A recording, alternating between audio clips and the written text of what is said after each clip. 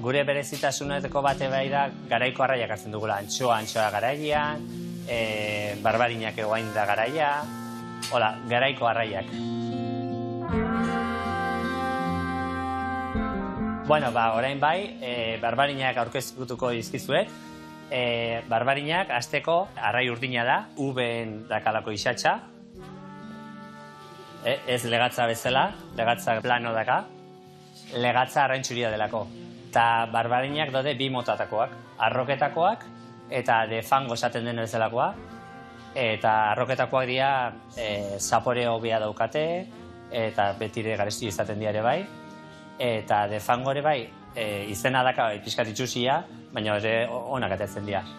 Eta gehien bat jendeak ematen du pregitzeko, eta ondila dianean hau bezalakoak labeako eta horrela.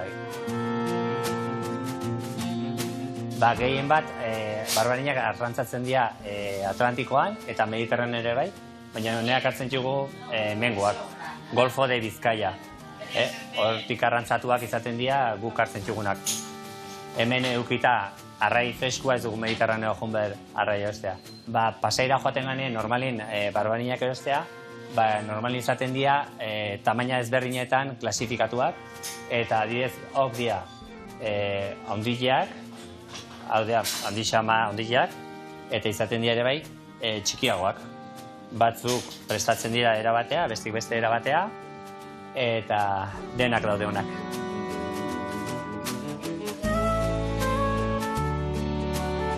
Eta kuriosidade bezala, barbarinak izaten dute hemen bigote bat, eta da beraek dituzten harrapakinak saihesteko.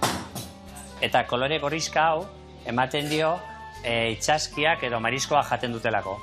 Eta barbarinen ezaugarrietako bat da oso aberatsa direla omega 3an, eta hori da oso ona bihotzarentzako. Eta zapore aldetik dakate haragia gogorra, trinkoa, eta zapore bizia. Beraz, ezin hobea dira plantxan edo labean egiteko. Eta bizitza pixkat errezteko eta pregitzeko adibidez barbarinak, Felix Arrandegian adibidez, egiten ditugu horrela filetetan, xerretan, eta pregitzeko ezin hobeak. Eta kozinatzeko garaian, hainbat eratara prestatu barbarina, eta horietako bat, horrela garbituta, alda egin labean.